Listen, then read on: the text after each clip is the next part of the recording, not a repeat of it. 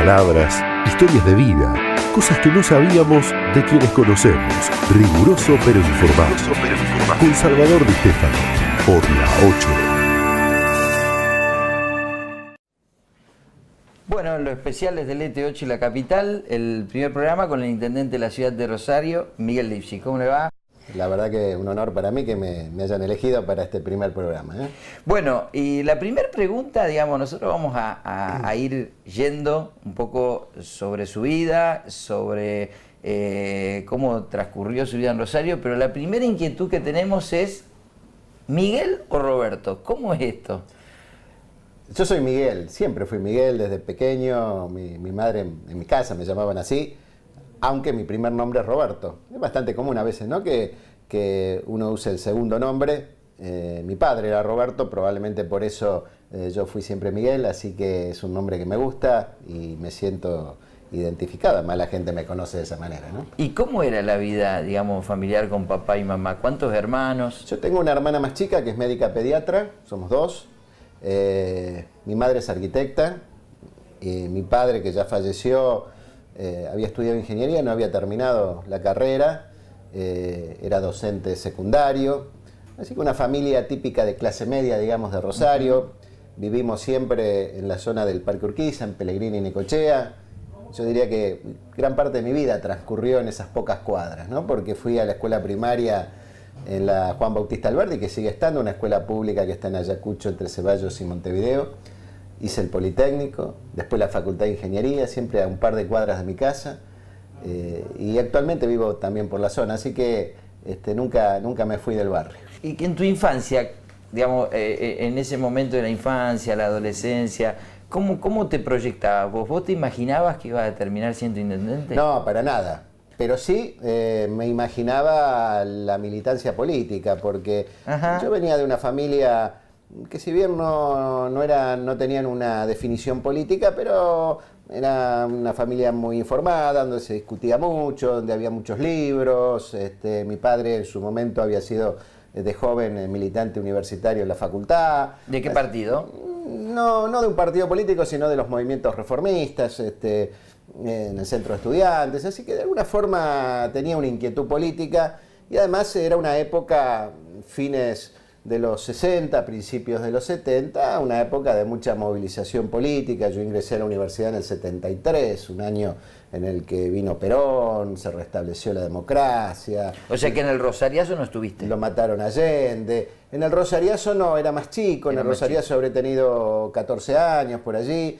Lo recuerdo, tengo imágenes, pero no fui protagonista. Bien. No. O sea que vos entraste a la facultad ese 73, tenés el recuerdo de la muerte de Allende, la venida de Perón a la Argentina. Claro, fueron años, o ese año particularmente, de mucha movilización política, de mucha participación juvenil en la política. Y bueno, yo inmediatamente que entré a la facultad me vinculé con alguna de las organizaciones estudiantiles que estaban trabajando en aquel momento, y tuve la suerte de acercarme a lo que era el Movimiento Nacional Reformista, que era el brazo universitario del Partido Socialista Popular en aquel tiempo, y bueno, y allí me quedé. Desde ese momento fui haciendo una larga carrera en la militancia dentro del socialismo. ¿Y cómo era la militancia? Primero, dos preguntas en una. Primero, ¿quién fue la primera persona que te vincula al movimiento reformista? Y segunda, ¿cómo era la militancia en época de la dictadura? La persona que me vincula es un dirigente que ahora está en el sur, que después se fue a vivir a Viedma, Tealdi, hermano de Susana Tealdi, la periodista.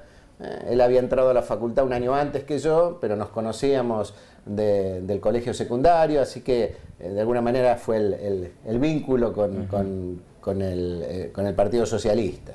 En aquel momento era un momento de democracia que duró muy poco, del 73 al 76, claro. Una época muy violenta, ¿no?, donde ya empezó a insinuarse lo que sería después todo el fin de ese periodo democrático y el comienzo de la dictadura. Y bueno, y después me tocó terminar toda la carrera universitaria ya así durante el proceso militar, en una época muy fea, porque había mucho temor, porque teníamos muchos compañeros y amigos de la facultad que habían desaparecido o que habían dejado abandonado la facultad por razones políticas. Pero bueno, fue un tiempo también de aprendizaje, donde uno se hizo fuerte en las convicciones, en las ideas, y esto después de comenzar la democracia nos permitió por allí hacer una experiencia realmente importante aquí en la ciudad. Yo tuve la suerte de militar en política más tarde que vos, claro, del 83 en adelante, pero uno tiene esa sensación de que esos años que está en la facultad quedan personas, amigas de toda la vida, digamos, porque te queda esa sensación de trabajar juntos, de recorrer, de ir a asambleas, de ir a federaciones. ¿Qué persona te quedó así amigo de esa época universitaria? Bueno, tengo varios que hoy son compañeros de nuestro partido, como Raúl Lamberto, como bueno, el propio Tealdi, que nos seguimos viendo casi todos los años, que está en el sur. Quizás ellos son los que más recuerdo de aquel momento. ¿Y alguna anécdota divertida con ellos? Porque en esa época se militaba y a veces no se tenía para comer, No, o sea, eran otras épocas. Eran otras épocas. Donde era muy raro los estudiantes que tenían auto. Yo me recuerdo que mi padre a veces me lo prestaba y entonces yo caía a las reuniones con auto, pero era una excepción, no era muy habitual. Eran los tiempos de las pensiones, donde había muchos chicos del interior que vivían no en departamentos como ahora, sino en pensiones, que eran se vivía muy al día, de manera muy ajustada, muy austera.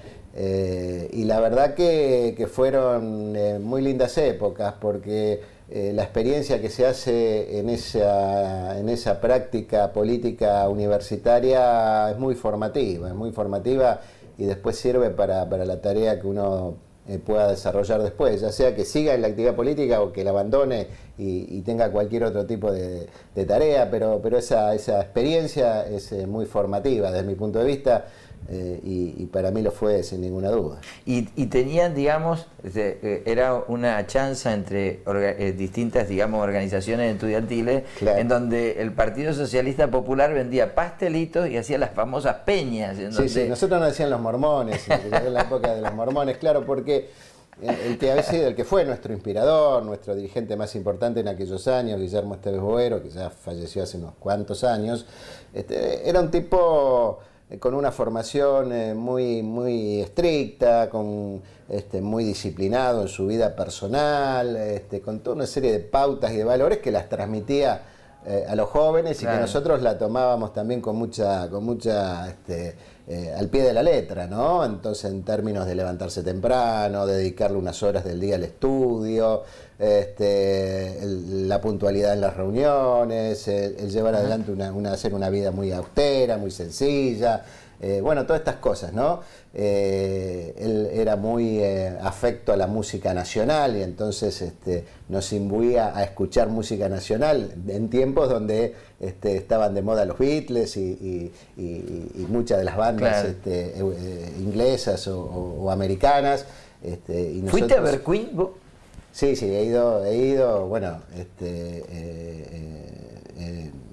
digamos, a mí el rock me gusta y me gustan los Beatles en aquel momento. Sí. Para nosotros fue, qué sé yo, un símbolo, ¿no? De un momento. Sí, una revolución cultural también, claro.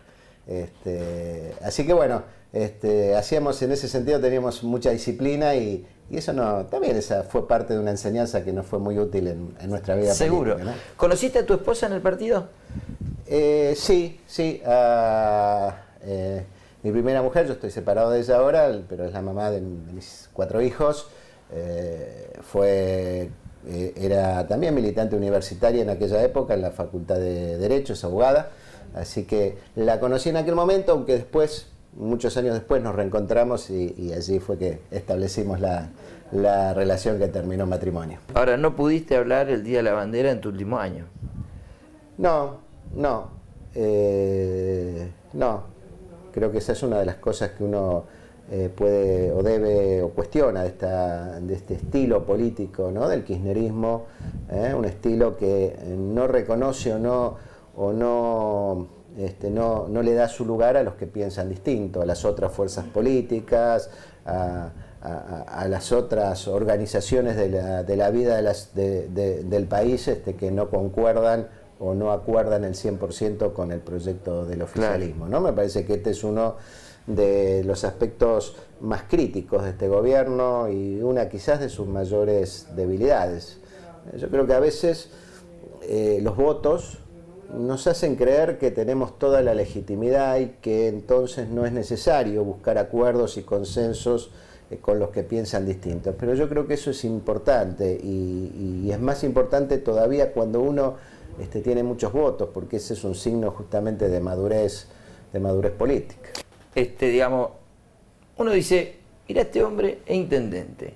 ¿Vos te imaginás si pierde, el tipo tiene que volver a la actividad privada, tiene que volver a laburar? ¿Cómo es tu situación económica? ¿Tenés casa propia, tenés auto? Digamos, ¿te asusta eso? ¿Lo tenés en la cabeza? ¿Se te cruza la cabeza? Como se te cruzó y dices, mirá, si me llega a ir mal en esto, tengo que volver para atrás. Sí, por supuesto. Yo tengo una situación económica muy austera. Tengo un departamento en el que vivo que lo estoy pagando con un crédito del Banco de Galicia. Eso habla muy mal de vos, tenía que haber dicho Banco Municipal. No, pero no quise recurrir para que nadie dijera que me había beneficiado un crédito de nuestro banco.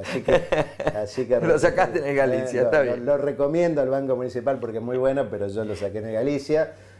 Tengo un auto que es el mismo que tenía cuando era secretario de Servicios Públicos.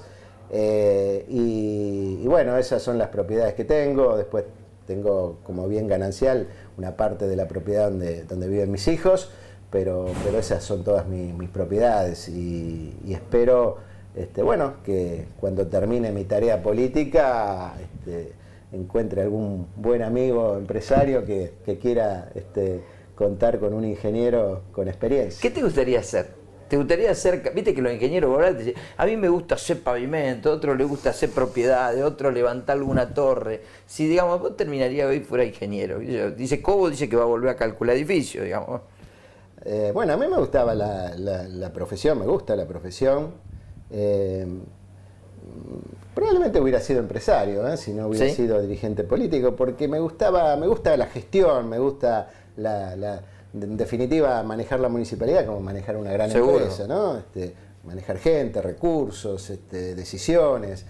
Así que probablemente hubiera tenido, en algún momento tuve una pequeña empresa constructora cuando era muy joven. Después, bueno, la abandoné, pero nunca es tarde para volver, ¿no es cierto? Bueno, vimos la vida política, vimos la vida profesional. ¿Te volverías a casar?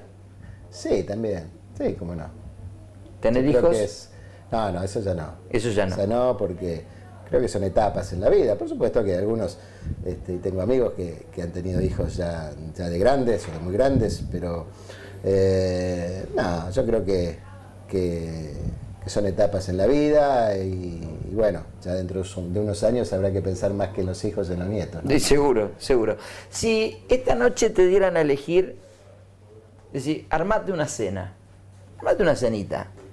A ver, pueden ser con personas que hoy estén vivas, pueden ser con familiares, pueden ser con políticos, pueden ser con amigos que estén, que no estén, con algún intelectual, con alguien del mundo. Decir, mira, esta noche tenés una cena, armala con quien quiera. Tenés 3, 4 lugares, ¿con quién la armaría? Puede ser que estén ahora, digamos lo que vos elijas. Mira, creo que la política te da muchos amigos. Algunos que seguramente cuando deje de ser intendente dejarán de ser amigos, pero muchos otros que creo que son sinceros y que es muy probable que esa amistad continúe. Por lo cual, si tuviera que organizar una cena y vos me dijeras, bueno, la cena es para 4, bueno, a lo mejor pensaría en los seres más queridos, ¿no?